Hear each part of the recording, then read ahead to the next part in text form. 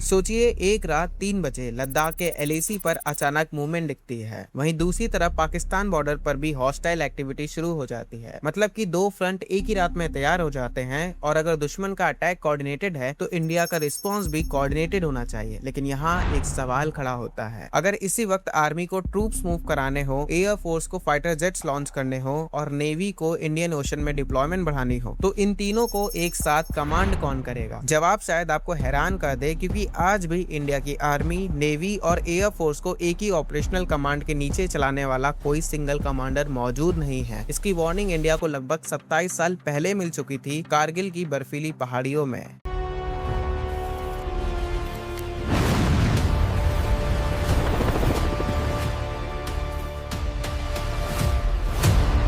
ये कहानी शुरू होती है 1999 से। कारगिल की बर्फीली पहाड़ियों पर जंग चल रही थी। आखिरकार इंडिया ने कारगिल वॉर जीत ली थी, लेकिन ये जीत आसान नहीं थी, क्योंकि इस जंग में भारत ने कई बहादुर जवानों को खोया था। जंग खत्म होने के बाद सरकार ने एक बड़ा सवाल पूछा, आखिर पाकिस्तानी घुसपैठिए इतनी दूर तक पहुंच कैसे गए? जब पूरे ऑपरेशन का रिव्यू हुआ तो एक बात बार बार सामने आई कि आर्मी, नेवी और एयर फोर्स अपना अपना काम तो कर रही थी, लेकिन तीनों एक ही स्ट्रेटेजिक पिक्चर के साथ काम नहीं कर रही थी। कोऑर्डिनेशन में कमी थी, इंफॉर्मेशन शेयरिंग उतनी फास्ट नहीं थी और उस समय फ्यूचर वॉर्स के लिए एक ज्वाइंट अप्रोच की जरूरत महसूस की गई। इसी वजह से कारगिल रिव्यू कमेटी ने एक बड़ी रिकमेंडेशन दी थी। कमेटी का मानना था कि आने वाले समय की जंगों में तीनों सेनाओं को ज्यादा इंटीग्रेटेड तरीके से काम करना होगा। और यहीं से एक आइडिया सामने आया थिएटर कमांड्स का, यानी एक ऐसा सिस्टम जहां आर्मी, नेवी और एयर फोर्स किसी स्पेसिफिक रीजन में एक ही कमांड स्ट्रक्चर के नीचे मिलकर काम करें। लेकिन किसी आइडिया का सामने आना और उसका हकीकत में बन जाना दोनों अलग बातें होती हैं, क्योंकि अगले कई सालों तक ये फाइल्स कमिटीज के बीच घूमती रही। 2001 में मिनिस्टर्स ने इस पे विचार किया। 2012 में नरेश चंद्र टास्क फोर्स ने इस मुद्दे को दोबारा उठाया। 2016 में शिकायतकर कमेटी ने भी इसकी सिफारिश की थी। हर बार लगा कि शायद कुछ बदलेगा, लेकिन हर बार ये रिफॉर्म किसी न किसी वजह से आगे नहीं बढ़ पाया। फिर आया साल 2019। लगभग 2 दशकों की चर्चा और कई कमिटीज के बाद भारत ने एक बड़ा फैसला लिया। पहली बार चीफ ऑफ डिफेंस स्टाफ यानी सीडीएस पद बनाया गया। इस नए पद का सबसे बड़ा मकसद था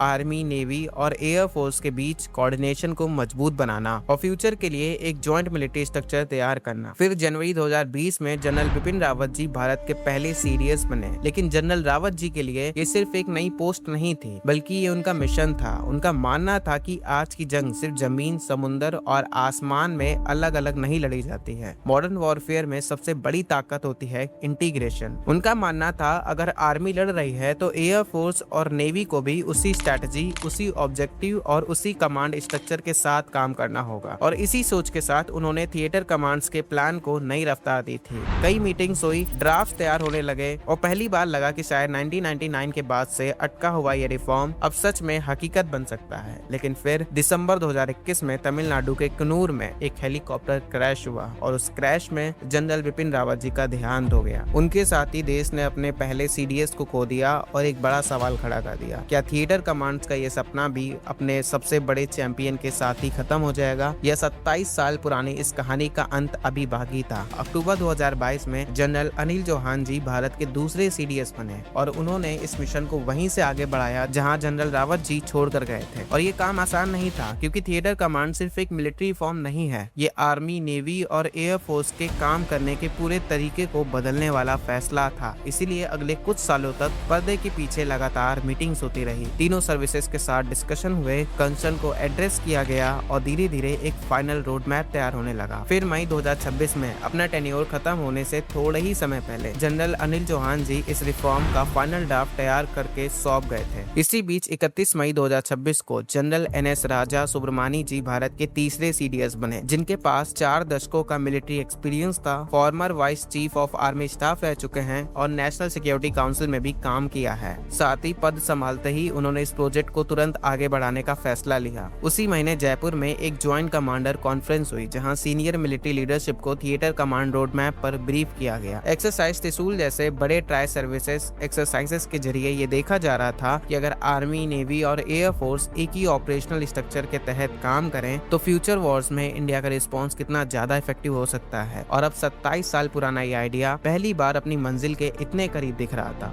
इस रिफॉर्म के जरिए इंडिया अपने पूरे मिलिट्री स्ट्रक्चर को 3 बड़े ऑपरेशनल जोन में डिवाइड करने की तैयारी कर रहा है, जिसमें पहला होगा नॉर्दर्न थिएटर कमांड जो चाइना बॉर्डर और पूरे LAC पर फोकस करेगा। दूसरा होगा वेस्टर्न थिएटर कमांड जिसका पूरा ध्यान पाकिस्तान फ्रंट पर होगा, और तीसरा होगा मैरीटाइम थिएटर कमांड जो इंडियन ओशियन से लेकर अंडमान निकोबार तक के मैरीटाइम इंटरेस्ट को हैंडल करेगा। और इन तीनों कमांड्स की सबसे खास बात ये होगी कि यहाँ आर्मी, नेवी और एयर फोर्स अलग अलग काम नहीं करेंगी, बल्कि एक ही कमांडर के नीचे मिलकर काम करेंगी। और हर थिएटर को एक 4 स्टार ऑफिसर लेड करेगा, बिल्कुल उसी रैंक का जैसी आर्मी, नेवी या एयर फोर्स चीफ की होती है। और यही सबसे बड़ा बदलाव आता है, क्योंकि अब तक आर्मी चीफ, नेवी चीफ और एयर चीफ अपनी अपनी ऑपरेशनल रिस्पॉन्सिबिलिटीज भी देखते थे, लेकिन नए सिस्टम में जंग के वक्त ऑपरेशनल कमांड थिएटर कमांडर्स के पास चली जाएगी। लेकिन इस रिफॉर्म को लेकर सबकी राय एक जैसी नहीं है। खासकर इंडियन एयर फोर्स ने कुछ कंसर्न उठाए हैं। एयर फोर्स का मानना है कि भारत के पास फाइटर एयरक्राफ्ट की संख्या अभी भी लिमिटेड है, और अगर उन एसेट्स को अलग अलग थिएटर्स में परमानेंटली डिवाइड कर दिया गया तो फ्लेक्सिबिलिटी कम हो सकती है। दूसरी तरफ आर्मी और नेवी इस रिफॉर्म को फ्यूचर वॉरफेयर के लिए जरूरी मान रहे हैं, और ये सब इतनी जल्दी इसलिए हो रहा है कि पाकिस्तान और चाइना के बीच बढ़ता मिलिट्री कॉपरेशन इंडिया के लिए एक नया चैलेंज क्रिएट कर रहा है। कई एक्सपर्ट्स का मानना है कि फ्यूचर कॉन्फ्लिक्ट पहले से ज्यादा कोऑर्डिनेटेड हो सकते हैं, और ऐसे सिचुएशन में अगर इंडिया ने पुराने कमांड स्ट्रक्चर के साथ रिएक्ट किया तो शायद रिएक्शन टाइम में बहुत समय लग सकता है। शायद इसीलिए थिएटर कमांड्स को अब सिर्फ एक रिफॉर्म नहीं बल्कि फ्यूचर वॉर्स के लिए एक स्ट्रेटेजिक नेसेसिटी के रूप में देखा जा रहा है। धन्यवाद।